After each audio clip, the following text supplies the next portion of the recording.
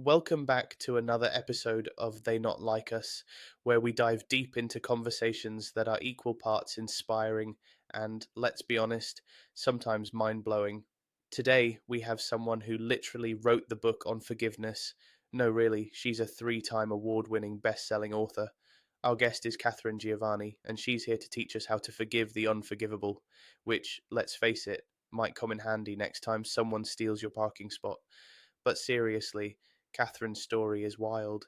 She survived stage 3 cancer, a difficult childhood, and somehow managed to turn all that into a masterclass on resilience and healing. She's going to share her step by step process for letting go of the grudges we didn't even know we were holding on to. So grab a coffee, get comfy, and let's learn how to forgive like a pro. And while you're here, make sure to hit that subscribe button because trust me, you're going to want more of these conversations that will make you laugh, think, and maybe even change your life just a little bit. Let's get into it.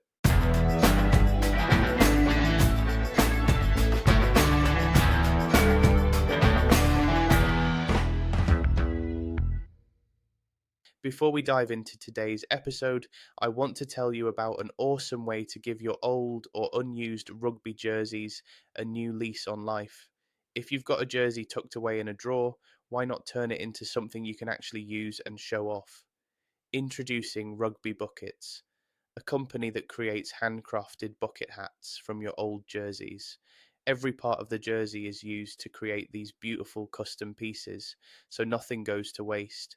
Here's what Nick had to say about his rugby bucket. Perfect craftsmanship. I turned 2 old shirts I'd never wear again into something I can proudly rock. I'm in Mallorca right now with my bucket hat, and I couldn't recommend rugby buckets enough. Whether you're at a match or just out in the sun, rugby buckets are the perfect way to combine fashion with your love for the game. Proudly made in Wales, and best of all, free UK shipping.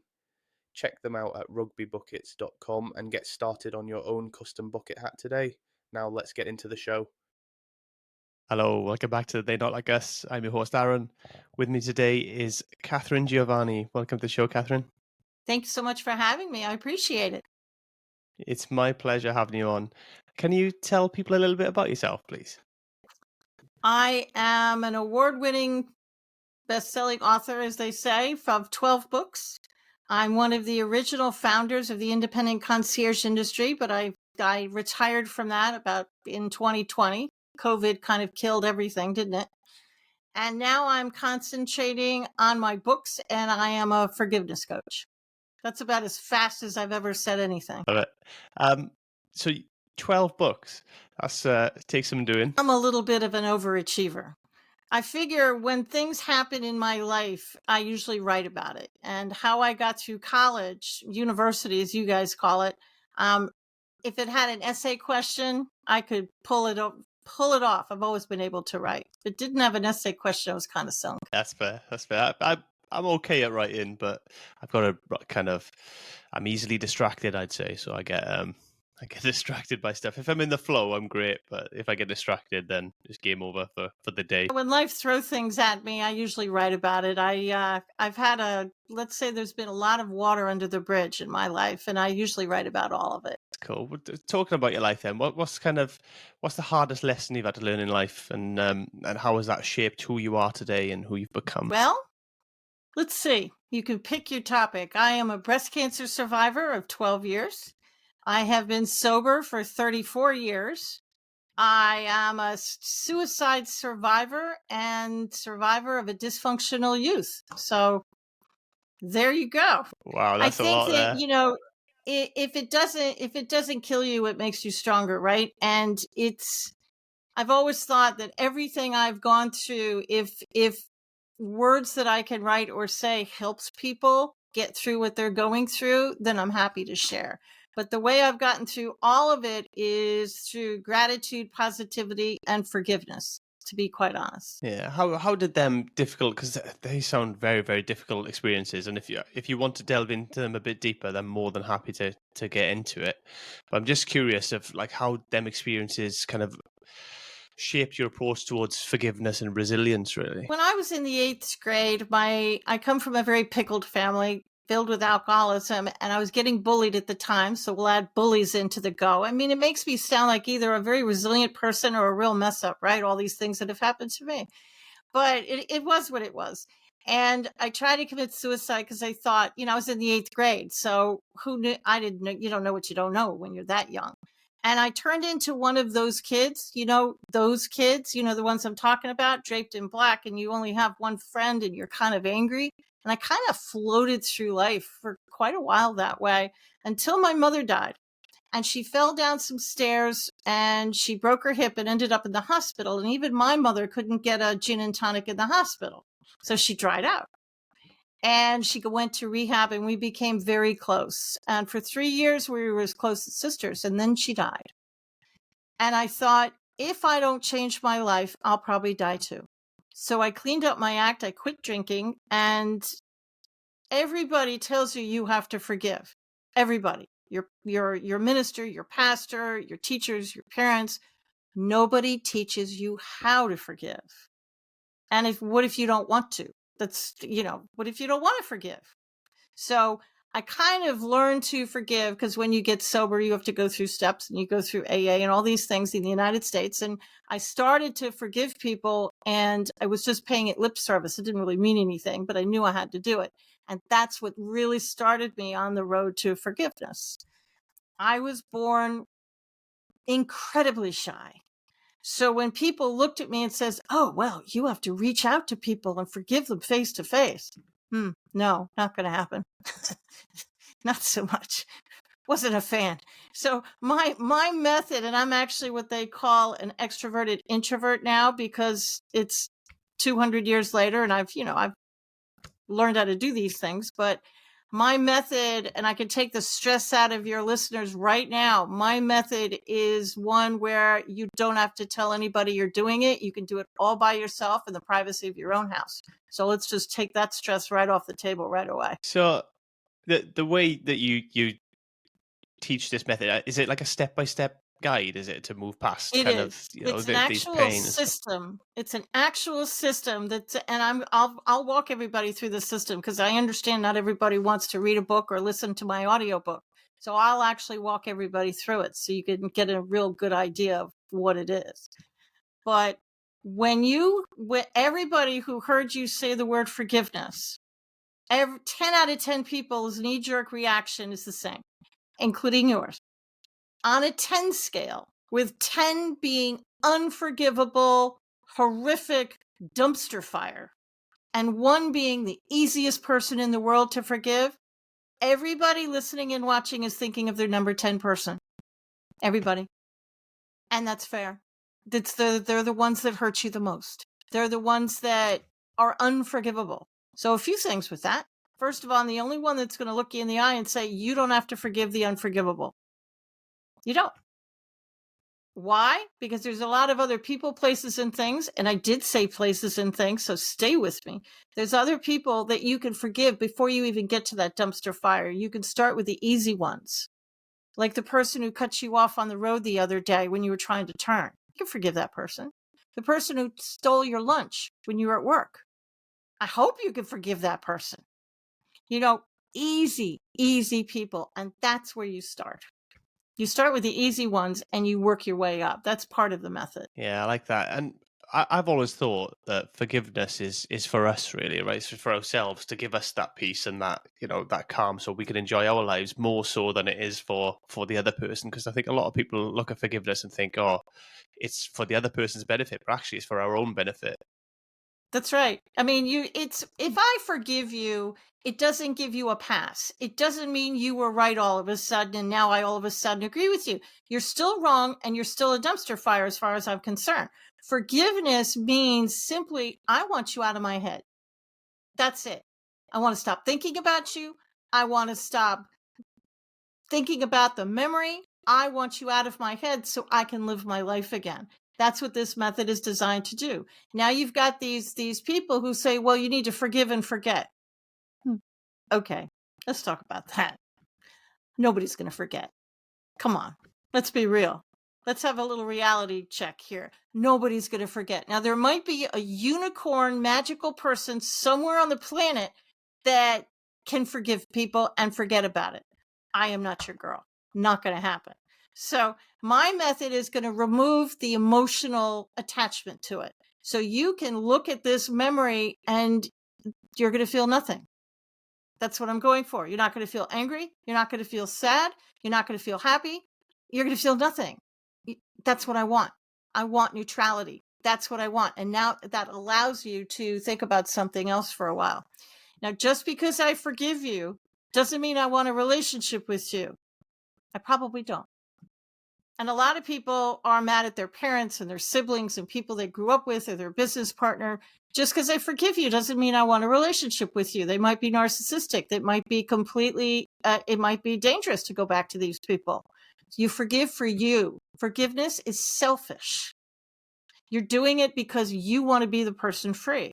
Now, the sad part about it is the person you're forgiving probably isn't thinking about you at all. Doesn't that make you mad? I mean, you want them to be as miserable as you, right? But they're not. They're living their life, not giving you a second thought. Okay, that kind of bites you as well.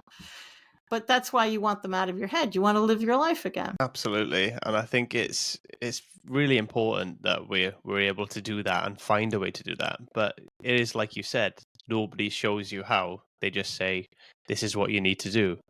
So, with that in mind, could you walk us through some of the kind of the core elements of your process and how it's different from kind of the traditional approach of just saying, "Oh, just give it time and it'll time heals everything" kind of scenario. Okay, time does heal everything, but if it's an unforgivable person, there's not enough time in the world that's going to get me to forgive you. There's just not. So my method here, let me give you a visual before. For anybody listening to this, I'm about to hold a coffee cup in front of my face and it's very opaque. But right at the beginning, when you get angry, look at my body language. If this coffee cup is anger and resentment and bitterness, I can still conduct business. I can still talk to you. We could go out for a bite. We could go to the pub. I mean, I can still conduct my life, right? I can manage it. My anger is easily management. I'm not angry. I can do this. Okay. If I keep holding on to this, though, it's going to start to hurt, right? So now I'm using both hands to hold up the cup. Now my anger is starting to affect my life. And if I keep holding on to it, now look at my body language. The cup's right in front of my face. I can't see you anymore. All I can do is focus on the anger. All I can do is focus on the bitterness and resentment. And I can't talk about anything else. And even if I'm spinning the stories funny, I'm still thinking about it. And if I'm not thinking about it, it's like this silent movie playing in the back of your mind that you almost don't even know is there. So, and I have a whole chapter on science for those naysayers out here who don't believe me. I have studies to back myself up. Einstein proved that energy is neither created nor destroyed. It just transforms into something else. We've proven that. So when you get angry, Aaron, what do you think happens? It leaves your mouth and you think it magically dissipates into the universe. It does not. It hangs around your energy field and it's going to stay there until you clear it. And that's why you have unforgiveness with so many people. You thought you forgave them, but you're still angry. There's still kind of an invisible cord tying the two of you together. It's the energy. So the meat and potatoes of my entire method is forgiving the energy. You forgive the person, the energy around the person. You forgive yourself, the energy around yourself. You forgive the energy around the whole thing. Another thing people say is anger is toxic. Okay, how? I love teaching. I love learning the how behind things. You can Google this. It's right on Google. The pictures are absolutely wonderful. There was a Japanese water study done by a guy named Matsumoto. And I'm just going to simplify it in the interest of time. He took 2 containers of water. One container of water, he said these beautiful, loving words to. He spoke to it. He talked to it. The other container, he spewed hate and negativity and said horrible things to it. Then he put it under a microscope. The water that he said nice things to had these beautiful formations. The water he spoke nasty things to had these black and brown sludgy formations. Why am I telling you this? The human body is 98% water. So when you have bad self-talk and you're angry and bitter You're literally changing the cells of your body into that black and brown sludge, and it's affecting your health. So forgiveness is going to change those cells back into those beautiful white cells, and it's going to actually bring you health again. So I want you to sit down with a piece of paper and a pen or your computer, and there's a magic button on your cell phone. It's the off button. Not many people know about the off button. So I said this to somebody a couple of weeks ago. The color drained from the woman's face, and she said, "Oh no, I can't turn my phone off." She got really upset.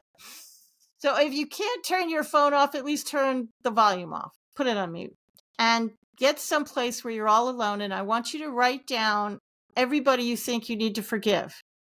And don't judge it. It could even be yourself. You might put yourself on that piece of paper. Sometimes we have to forgive ourselves. But don't judge whoever you write. Just write them down blind. And then I want you to rate everybody between 1 and 10. And you can have 7 5s. You could have 10 number 3s. I actually don't care. You can skip numbers, but I just want everybody to have a number next to them of some kind. And then you start with the easy ones and you work your way up the list. And you're forgiving the person and the energy. And that's the basis behind the system.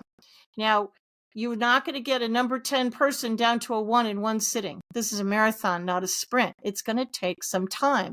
It's like peeling back the layers of an onion. You're going to forgive once. You're not going to feel anything. You're going to think it didn't work. It did. You just peel back the first layer. Memories might come up that you've forgotten.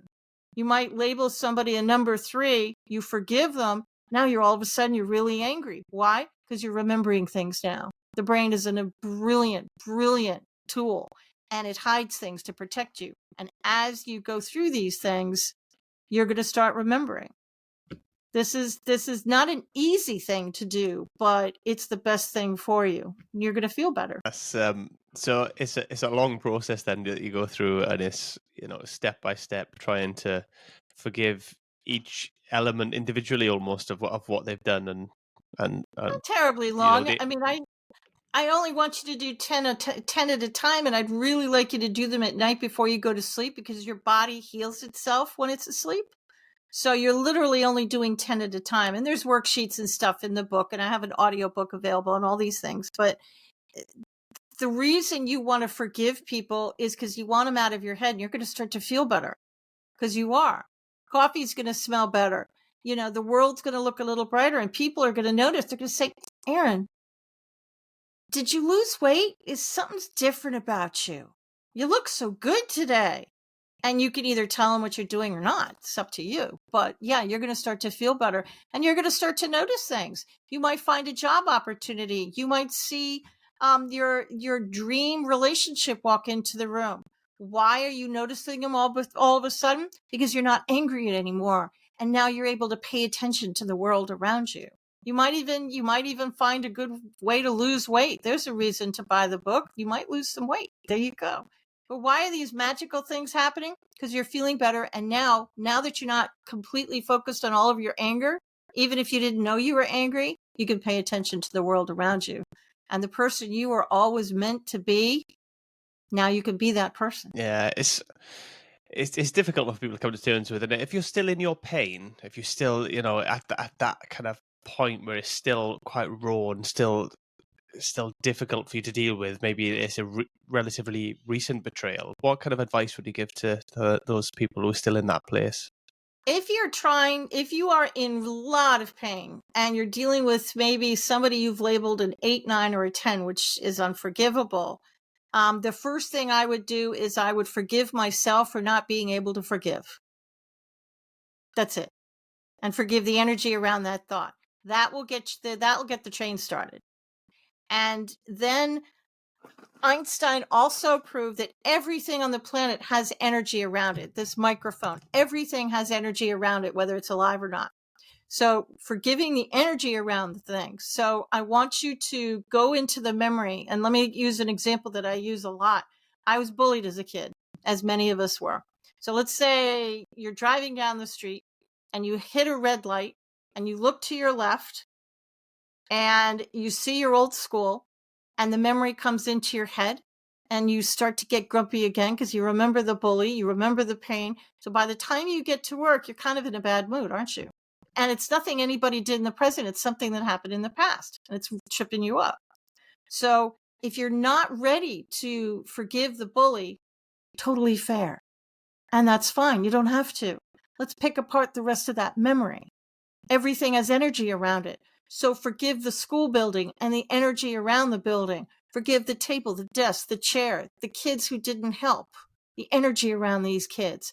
Forgive yourself for anything you may or may not have done. Forgive other parts of the memory. Pick it out. I call it a dumpster fire because it is a dumpster fire. So pick out other parts of the dumpster, forgive those pieces, and then circle back later when maybe you can forgive the original piece. And if you can never circle back and you never want to forgive them, that's totally fine. Forgive what you can and keep going. It's like hitting a brick wall. No disrespect to any life coaches out there or speakers who talk about a wall. But when everybody says, we got to get through the wall, I'm going to give you tools and we're going to jackhammer our way through this wall. You're going to feel better. Okay, no, stop. Pull out a few bricks out of the wall, pick out some pieces, walk around the dumb thing, keep going, circle back later. Forgive what you can and circle back later. And make sure to forgive yourself for anything you may or may not have done. It's going to feel better. And if you can never circle back, it's all good. Yeah, I think we put too much pressure on ourselves, don't we, to get things We done, do. and to get through stuff, or to be better all the time, and that pressure doesn't help us often. Sometimes we need to let Yeah. things be a little bit, and like you say, come back to them when we're in a better place, or we're able to manage that issue or whatever it may be. Forgive what you can. Maybe you're angry at a friend. Okay, well, forgive the room where the fight happened. Forgive the building where it happened. Forgive yourself for anything you didn't do. You know you didn't do anything wrong. Well, forgive yourself and the energy around it anyways. Forgive yourself for not being able to forgive your friend. And then just keep going. Don't look at yourself and say, I'm stuck. I can't move forward. I've got to get through this. I've got to forgive this. And I can't move forward until I do. Yeah, you can move forward. Forgive what you can and keep going. Yeah, I think with betrayal as well, if it's a betrayal type issue that you're forgiving, then I think a lot of the times we are mad at ourselves, especially if we've had that intuition that we knew something wasn't right and we didn't Right. trust our intuition. And for betrayal, that's the worst, isn't it? Because, you don't want to forgive the person. That's totally fair. So forgive yourself for not noticing it. Forgive yourself for getting into the relationship. Sometimes we are our number 10. We are the unforgivable. So it's a question of forgiving pieces of that memory. Listen, life is messy and humans irritate other humans. So by forgiving the easy ones first and by forgiving yourself and picking apart these memories, it's going to allow you to breathe again. You won't have to think about this betrayal. You're not going to forget it, but you won't have to spend as much time focusing on it and beating yourself up and overeating and over drinking and all these things because you're going to feel better. And that's why I spend a lot of time focusing on other things. Listen, I forgave 1974, did the whole year. And I forgave the energy around 1974. Why did I forgive 1974? Everybody wants to know. Well, it was a horrible year. That's the year I tried to commit suicide. Parents got a divorce, was getting bullied. I was in the 8th grade. So I forgave the whole year. Now, I did pick apart the year. Don't get me wrong. I forgave the people. I forgave the buildings. I sat and spent a good couple days trying to pick everything apart. But then I thought, well, nuts. I'm just going to forgive the whole darn year. So I did. Everything is forgivable. You can forgive politicians. You can forgive vacations that you've had. You can forgive that airplane ride you took and the child who cried the whole time. Everything is forgivable. If it's living in your head rent free, you can get it out of your head through forgiveness. Everything is forgivable. Now, let's say you want to forgive the problems in the Middle East. Is that going to help the Middle East? No, but it is going to help you. You won't be as angry anymore. You'll be able to live your life. You'll be able to breathe again. What do you think people misunderstand the most about the concept of healing and letting go? I think what people have told me is they really the reason they don't want to forgive is because they think that if they forgive, it means the other person was right. And I'm giving them a pass. And I have had so many people say that to me. And my reply is always the same. They're still wrong and they're still a dumpster fire. They're not correct. Well, what if I have family who come up to me and say, well, I don't know what you're talking about. I mean, this person has always been nice to me. You're crazy. With all due respect to your family or friend, I don't care. They can think whatever they want. I care about you. You're the one who wants to, you're the one this happened to. So forgiveness is selfish. You're not doing it for anybody else but yourself and your own peace of mind. You're doing it to get out of the hell that you're in. It's about maintaining them healthy boundaries as well, right? So, you work on your forgiveness, but also that doesn't mean that you abandon your boundaries. Well, just because I forgive you doesn't mean I want a relationship with you, especially with family. Just because I forgive you doesn't mean I'm going to let you back in. I'm probably not. And if I see you well, I'll use Christmas.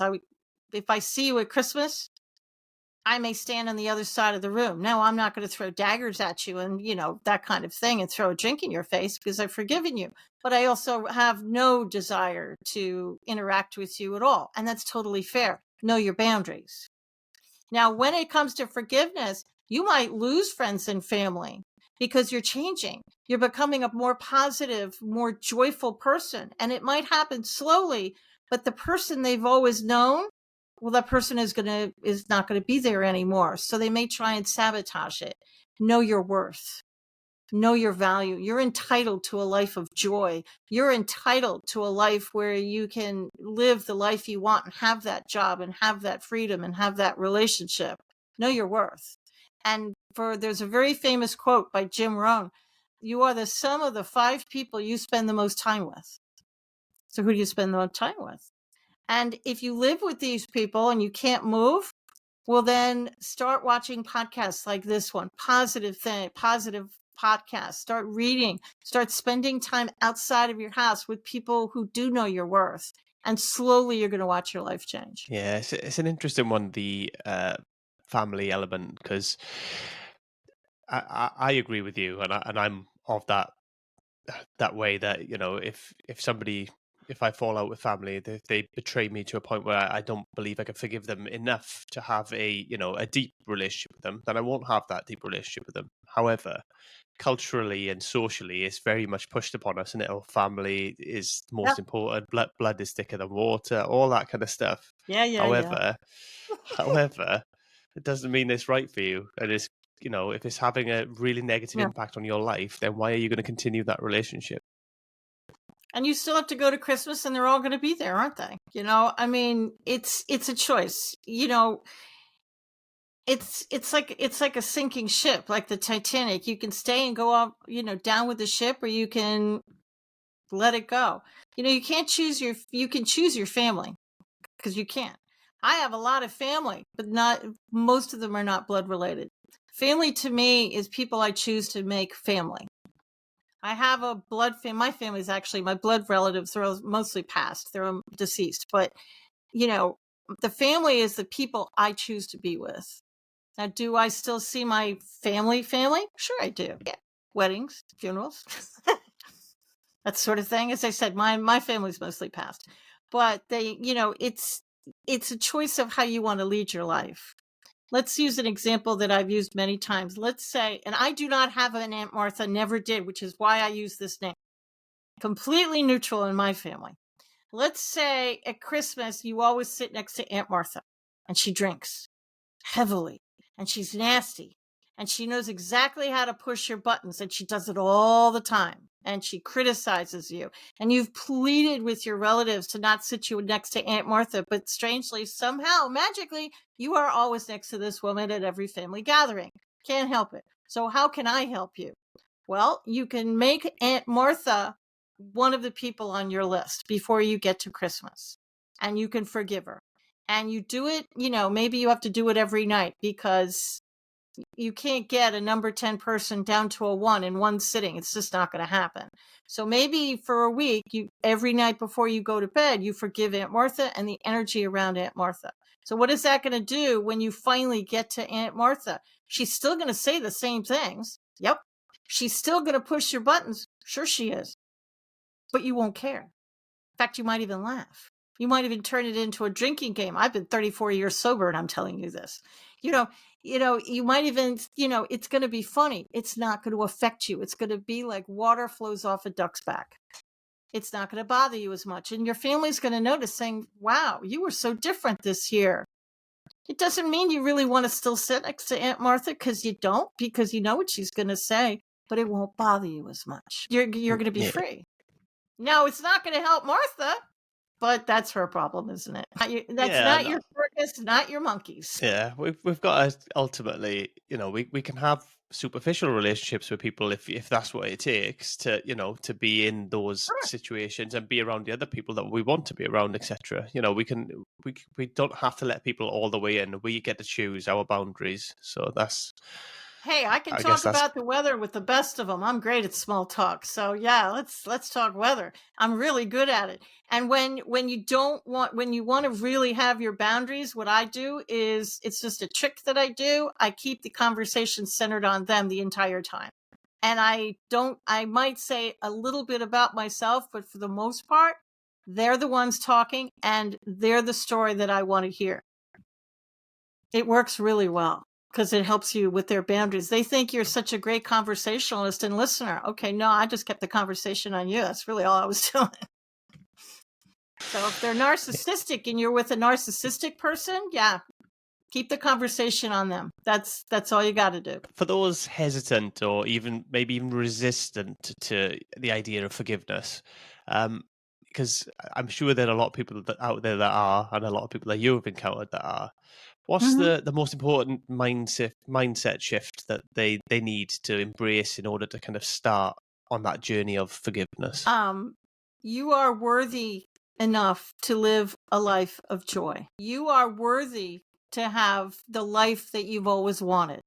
You don't have, just because your family or friends or your environment has put you in a particular box, doesn't mean you have to stay in it. You are worthy to choose the life that you want. And forgiveness, by starting with the easy ones, it's like ripping a Band-Aid off. You're going to start with the easy ones, and you're going to, rip that Band-Aid off kind of fast. But starting with the easy ones, it's going to allow you to start living the life that you want. Forgiveness, this is serious energy we're talking about. Years ago, I practice what I preach. So I got my own list together, and I started with the number one person. I went to college with this person. I went to grammar school with this person, and I hadn't talked to them in decades. I'm dating myself. Ah, well. And it had literally been decades since I talked to them, and I couldn't remember why I was even mad. Easy peasy to forgive, right? So I sat in the middle of my bed, because I was all alone, because that's part of the practice. I imagined the person I knew in school was standing in front of me, not the adult, the kid that I used to know. And I said what I wanted to say. I even, if you want to yell at this shadow, you absolutely can. Say whatever you want. If you're having trouble visioning the person in front of you, just put a chair in front of you. Talk to the chair. It's all good. So I forgave her, and it was so easy because I couldn't remember what it was. This is a true story, by the way. 2 hours later, she calls me up on the phone. I had not talked to her in decades. And I'm a concierge by trade. So the concierge in me kind of took over because I was shocked out of my mind. And so we said all the right things, made all the right noises. We reflected, as it is. And I couldn't stand it. And I said, after all these years, why did you call me today? And she said, no, it's the darndest thing. 2 hours ago, which was when I was saying the mantra I have in the book, which is a very simple little poem, a figurine you gave me in school flew off my shelf and landed in the middle of the floor. Thought I should give you a call. So if forgiveness energy has the ability to change your water cells, as in the Japanese water study, if it has the ability to move a figurine 700 miles away, can you imagine what it's going to do to your life? This is very much like the law of gravity. It's going to work whether you believe it or not. The law of gravity can be called the law of keeping Aaron on the planet. It doesn't care. It's still going to work. Okay, I don't believe in the law of gravity. Okay, still doesn't care. Still going to work. This is the similar. This stuff works. It's serious science. Give it a How shot. You do have nothing to lose and everything to gain. Cool. How do you see forgiveness, intuition, and empowerment intersecting? How do they kind of help in people unlock their potential, really? Funny you should ask that. I have written a lot of books. One of them is called The Little Bird in Your Shoulder, which teaches people how to tap into their intuition. Everybody on the planet has intuition. It's not just special people. Everybody can tap into this. And you tap into it in life-saving moments. You hear a voice in your head, or you're all of a sudden you have the desire to move out of the way, and something bad, a car comes by. That's the little bird in your shoulder. And the little bird has been trying to get your attention all your life.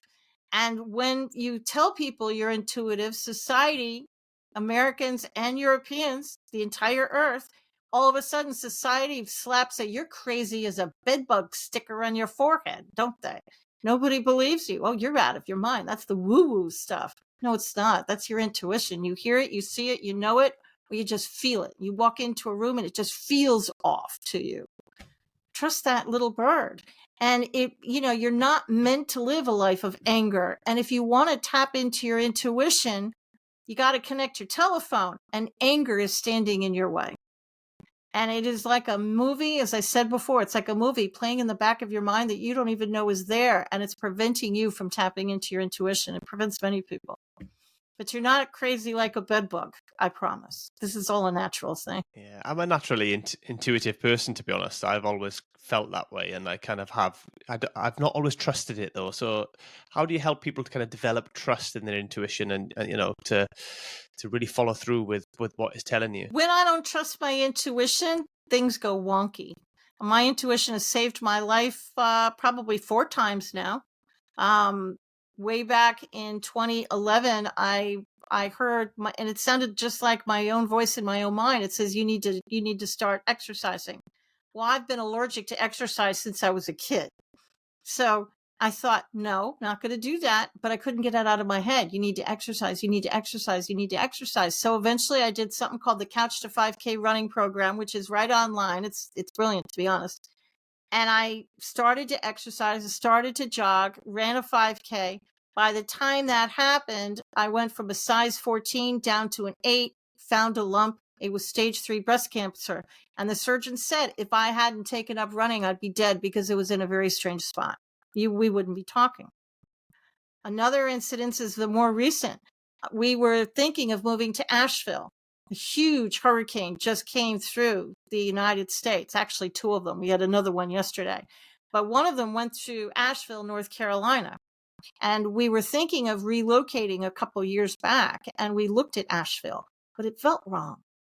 And I couldn't even tell my husband of 34 years. It just felt wrong.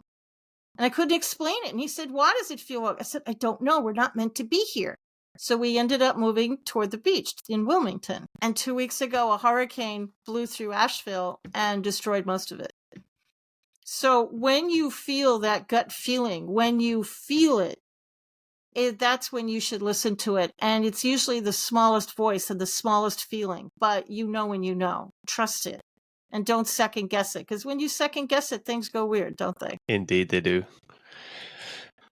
What's something that you used to believe about forgiveness, but you've now completely changed your mind on and feel differently about? I think forgiveness for me is I didn't want to forgive them because I wanted to stay angry, to be honest. It was kind of my story. I used to think that the anger I felt was the gasoline for my car, so to speak. It was my fuel. It was what got me up in the morning. Look at me. I'm a survivor. I got through all these horrible things. So I can get through whatever is thrown at me because this is who I am. It became my persona. It became my battle cry until it wasn't. It got me very far, but love and forgiveness will get you even farther. And that's when it turned the tides for me. Running your life on your hatred and your bitterness and anger and using that as your battle cry, so to speak, is like taking the local train. And you're going to stop at every stop, and you're going to get all the Tom, Dick, and Harry cold germs, and your life is going to kind of crumble every once in a while. But if you live your life with gratitude and forgiveness, even if you're forgiving the easy ones and you don't even get to the hard ones, that's like getting on the express train. And it's going to get you farther faster than the other one did. You got very far the way you are now, but you will get twice as far, twice as fast, make twice as much money, get healthy, get that relationship if you hop on the express train. But it's not easy. This is a marathon, not a sprint. This is, a lot of people call this shadow work, and it's not easy. And you may not want to go back to your past, and I respect that. But I'm only asking you to go back once so you can clear it. I can look back in my childhood now, and I see the love that was there. Now, Aaron, I can pick out the bad things if you want me to, because I can. But I don't remember a lot of them now, because I've replaced it with love. And now the memories are more, I can pick out the pieces of love and respect and kindness that was back there. So it's kind of changed. It's changed how I look at my past now. And it can do it for you too.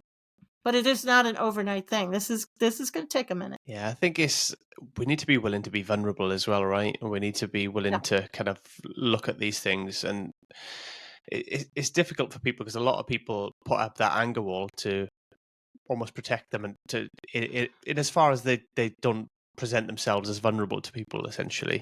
But it really gives us an awful outlook on life and kind of makes us really miserable, doesn't it? Well, and if you're scared to do this work alone because you're scared of what your memory is going to pop out, maybe you had a really bad childhood, maybe you have forgotten certain things that you think should be left forgotten, do it with a partner, do it with a friend who you can be vulnerable with. Do it with a significant other, do it with a sibling, and do the work that I have outlined in the book. Do it together. And I find a lot of people, if they have a partner when they're doing this, it really helps. But you've gotta pick somebody you're willing to literally be your true self to, and be vulnerable and cry, because it's liberating. It's 100% liberating. Yeah, I suppose if we get the right person as well for us to that will create that space for us to do that, then that enables us to feel more comfortable and safer in that environment, I guess, and being vulnerable. But I think when you are able to do it, you build so much better relationships, and Right. it encourages other people to be vulnerable as well around you who are interacting with you, and I think it just creates just life just seems to get better somehow. Yeah, you might not want to pick your ex. Let's just say that. Possibly not a good choice. You may not want to pick your parents either, because they're too close to it, and a lot of your memories might center around them. You probably want to pick a friend or a sibling that can be neutral about it. Possibly not even a sibling. Pick somebody you think that, trust that little bird in your shoulder.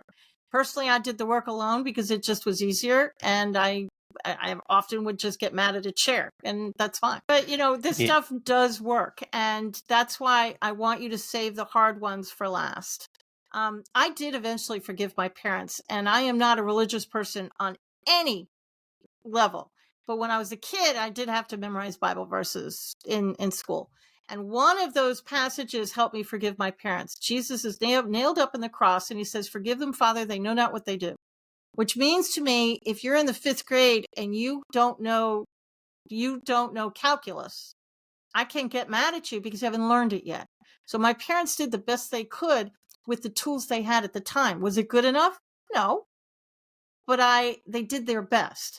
And if you combine that thought with some Simone Biles level mental gymnastics, I could walk it back and eventually forgive my parents. But it took some time. It took quite a few weeks to walk it back because I was angry. Yeah, it's a lot. And I think when we're kids, we see our parents very differently, don't we? Until we finally become adults, so we realize that they're just people too, and Just they people. get things, and they get things wrong, or they, their lives might not be, the way that they wanted them, and they may not have the coping mechanisms that Right. that other people have developed and stuff like that. So we do need to, as we grow older, kind of appreciate that as well. It doesn't necessarily condone everything, but especially on the extreme cases where there's abuse and stuff like that. But we do need to realize that they are just people, and we can't expect them to be have a higher standard than other people. They're just people.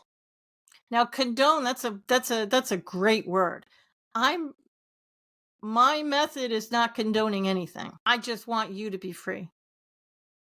That's all it is. I'm not condoning what they did is right. I'm not condoning it what they did is wrong. I'm saying I want you personally to be free.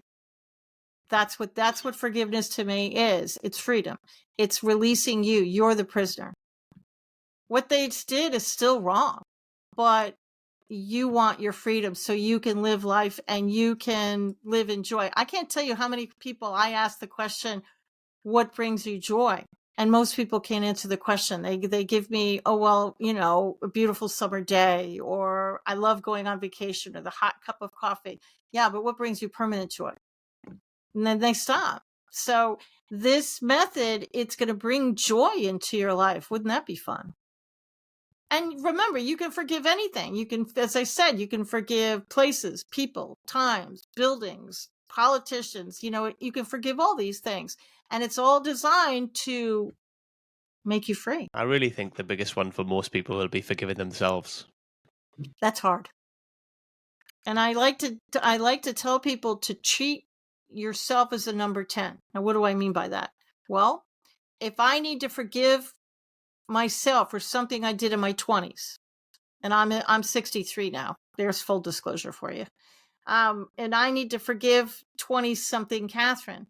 I looked at that kid as somebody that's outside of myself, because the past is the past. Can't hurt me anymore. So I looked at that 20-something Catherine and I did my system on her. And I picked out memories. I forgave the energy. I forgave the memories. And then if there was another thing I had to forgive myself for, I would forgive that Catherine. Because you woke up this morning and you're a brand new person. Yesterday's gone. Yesterday's Erin is already in the past. And you can forgive that person because they created that persona and did the best they can. I created that Catherine in my 20s so I could survive. And I did the best that I could with the tools I had at the time. And was it good enough? Probably not. It was still the 1900s. Dinosaurs roamed. No, I'm kidding. But, we didn't have the tools that we have today. And that's how, you can walk it back. And if there's something you can never forgive yourself for, well, then forgive as much of the memory as you can and keep going.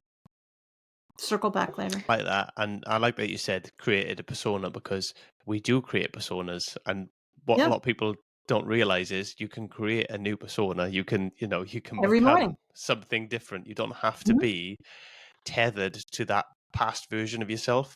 You can, No, you don't. like you say, you could accept it. You can say that happened. It obviously did happen, but I forgive it. I move on. This is who I am now, and you That's can right. be who you want to be. That's right. Me spilling coffee all over myself. There we go. Oh, well. But that was fun. But you can forgive yourself for these things. You really can. And start with baby steps. If you're listening to this or watching this and you're just resisting and you're having trouble with it, literally start with, I forgive myself for not wanting to do this, and the energy around that thought. And just say that before you go to bed tonight. And it'll start, you'll remove that first layer of the onion. I have a couple people who came up to me, and they were both men, strangely. I have nobody to forgive. Okay. How about the road rage you got on I-95 South? Maybe you might want to forgive the person in the other car. Stuff like that. And as you remove those people, eventually your brain vault will open up and memories will start to seep out when you're ready for it. The brain really is a beautiful, beautiful instrument, and you're only going to remember when it's safe for you to remember. Yeah, we're very good. Not everybody, I suppose, but I have been in the past at compartmentalizing stuff and just putting everything in a box and then just lock it away, forget about it. But you think you forget about it, but you don't actually forget about it. It still impacts who you are and what you think It and does. how you believe, right? And you think you're managing it. It's like my coffee. I mean, you think you're managing it, but it's still in the back of your mind, isn't it? It's still back there playing like a movie you can't see. And as you forgive the easy people, the kids you went to school in high school, the person who stole your parking space, the person who, spilled coffee on your sweater. I don't care what it is. The politician that irritated you, forgive that person. That's going to start to work its magic. It's going to start to change the cells in your body, and your brain's going to go, oh, okay, well, here's some more. This is a process that will probably never be stopped, because humans irritate other humans. There's always somebody you can forgive. Even for the men listening who are saying, I can manage it, there's nobody I need to forgive. Okay. Forgive that thought. If you really want to start, forgive that thought that you just had, and start there. And while you're there, think of the 3 things you're most grateful for every night before you go to bed. And I do it every night. I think of things that I'm grateful for that day, and I do forgiveness work every day before I go to bed. And I wrote the book, and I'm still doing it. And sometimes all you can think about is, I'm grateful for the coffee I had that day. Okay, that's fine. Baby steps. The world is your oyster. We were not meant to be living in a refrigerator box on the street, broke as a pauper. That's not what we were meant to do. That's not your birthright. Your birthright is joy and freedom and happiness. And that path is open to you. You just have to do a little shadow work to get there. Yeah, I think it takes a bit of effort, doesn't it, to get into that kind of positive mindset and see things in a different light, and make peace with the stuff that has hurt us, just That's so right. that we can enjoy that life, so we can have that positivity in our life. Because, like you said before, that the other person probably doesn't care. Maybe sometimes they don't even know they've done it. No, they don't. But how many of us have been on Facebook or social media, and you see somebody from your past, and let's say they broke their leg. We've all done this. Don't lie to me. And you look at that person who broke their leg, who did something horrible to you, and you go, karma. I'm not exactly upset by this. You're kind of happy they broke their leg. You think that, the universe is getting, karma. Well, if you forgive that person, you're not going to care whether they broke their leg or not. I'm not trying to be mean. You're just not going to care. And that's what I'm looking for. I'm looking for that neutrality. And you still don't want a relationship with that person, but you're not going to think good or bad about them.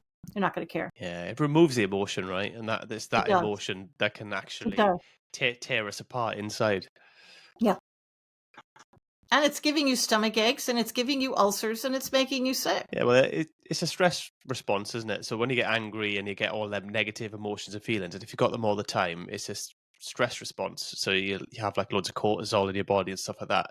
And stress is proven to increase the risk of kind of heart disease, all the major... Yeah. all the major kind of diseases really that you can get that can be fatal.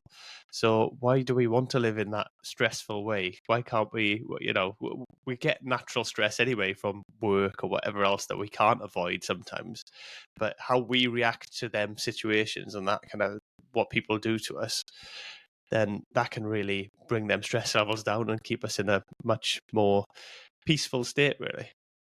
I can't control what life throws at me, but I sure can control how I got through it. When you have dinner with the Grim Reaper and you don't go home with the guy, it changes you. I had dinner with that guy with breast cancer. I didn't go home with him, and it changes you. And I forgave breast cancer, and I forgave the chemo chair, and I forgave the doctors, and I forgave the cancer itself. And it helped. It helped get that with some gratitude and positivity. Really helped me get through cancer. And sometimes being positive, it's like taking a shower. I suggest we do it every day. Hello. And positivity is something you have to choose to do. And if you've got cancer or some health issue, sometimes it's a minute by minute choice to be positive. But at the end of the day, I'd rather laugh my way through life than cry. And this is a way to allow you to live in joy and laugh your way through life. But do be aware that people might leave your life when you start this process, because it's going to turn you into a different person. And they may want the negative Nelly person. Misery loves company. Find and all another that. negative person to be buds with. You're done. Yeah, misery loves company is what they say, isn't it?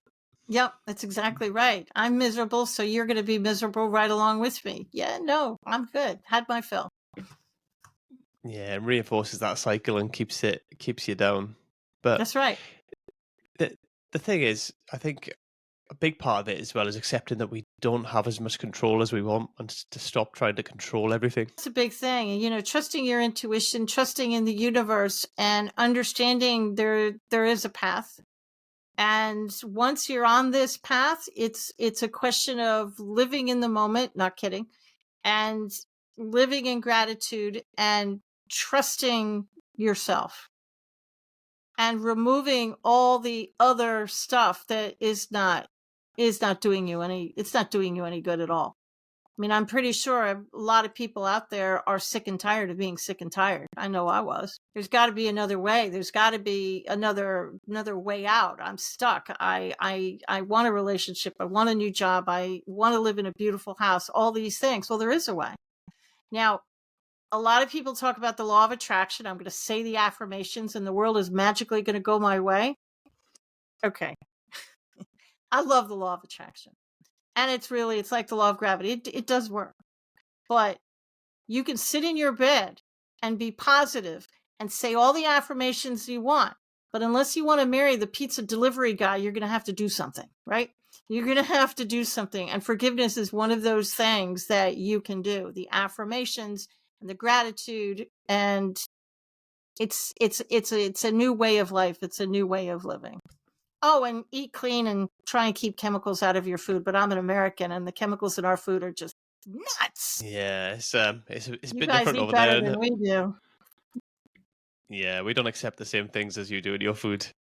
Our food is yeah. No, I eat clean. If I can't pronounce it, I won't eat it. So there you go. If I'm reading the ingredients and there's something in there I don't know, I had cancer once. I have no intentions of getting it a second time.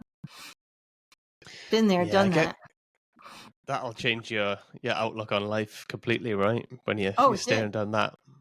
Yeah, when our American television is horrible because, you've got all these pharmaceutical ads, and I have a tendency to throw things at the TV when I see them because they're just awful. So, yeah. British, you guys do things, a lot of the things you do are absolutely correct. That's one of them. Yeah, I don't know. I feel like we copy you, and we just kind of 10 years behind. Really, we're always kind of we try to copy you more than anything else. I think. Don't copy the pharmaceutical ads on TV. Please. Don't do that. But hopefully not. But we'll see how that goes. But so obviously you've been through a lot, Catherine, and you've had a lot of kind of big challenges in your life. Is there any kind of one moment that you think that it has been the defining factor that's kind of brought you to where you are now? The flashpoint of my entire life was when my mother died. If she hadn't died in 1990, you and I probably wouldn't be talking because it completely upset my apple cart. She was everything to me. And I kind of dove into the black fog of mourning for about a year. And when I emerged, I realized I needed to change my life, and I did. And that's what set me on the path. So sometimes a big, huge, life altering, horrible thing happens. And as I said, you can choose to let it bury you, or you could rise like a phoenix. And I'm not trying to be flip. I'm actually serious. So I could let it bury me and I could die like my mother did, or I could stand up, brush myself off, and start to walk forward. And that's what I did. But the whole flashpoint is probably when she died. So you can use bad things to fuel your car. That's true. You can. I did. But don't forget to forgive the little things and use my forgiveness system along the way so you can toss things out of that car, because you holding on to it is just going to slow you down. Yeah, I found, through talking to loads of interesting people like yourself, that there's often a negative or a bad traumatic incident or something, like a loss, or where you're grieving somebody that really lights a fire under people to change their life and to live in a way that brings them more peace and happiness. It seems so very common.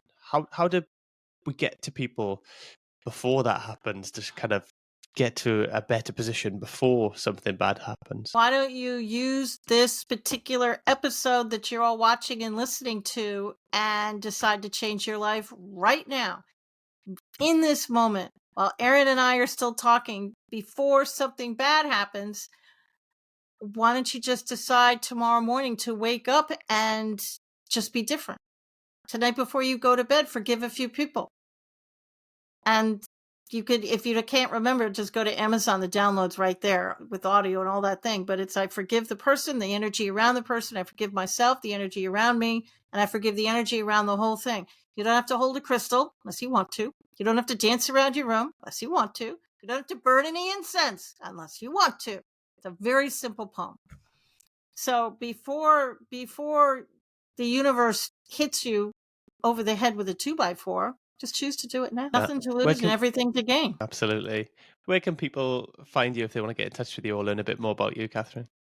They can go to my website, and my first name, thanks to my mother, is spelled a little odd. It's Katharine, KatharineGiovanni.com. And you can also go to Amazon and pick up the audiobook, the ebook, or the paperback. And I've got a bunch of books on there, but the two you probably want is The Ultimate Path to Forgiveness, Unlocking Your Power, and my other book, which is about intuition, which is The Little Bird on Your Shoulder. And if you've got breast cancer, pick up Rainbows and Banana Peels. I'm crazy. I go through these things and then I write about it. So there you go. Beautiful. I'll make sure that I leave the links to the show notes for people to make it easy for them to find you as well. Before I do wrap this up, is there any final thoughts or final messages that you want to leave us with? I want everybody to know that you're worthy to live a life of joy, especially the women listening and also the men. You're worthy to do this. Your life is meant to have joy in it, and peace and harmony and prosperity, and whatever prosperity means to you. You're meant to do that. You're meant to live a life of happiness. You're not meant to live in a refrigerator box on the street. You're just not. So take that little nugget and know that you are worthy. That's really the biggest message. Katharine, thank you so much for being on the show. It's been a real pleasure. Oh, thanks so much for having me. Problem at all. Thank you. Take care. And that's a wrap for today's episode of They Not Like Us. Huge thanks to Katharine Giovanni for sharing her incredible insights on forgiveness, resilience, and, let's be honest, making us all rethink how we handle life's toughest moments. If you enjoyed this conversation, and I'm betting you did, make sure to hit that subscribe button so you don't miss out on any future episodes. Oh, and if you know someone who could really use some of this wisdom, we all have that one friend, right? Go ahead and share this episode with them. It might just change their day or even their life. Thanks for tuning in, and we'll catch you next time.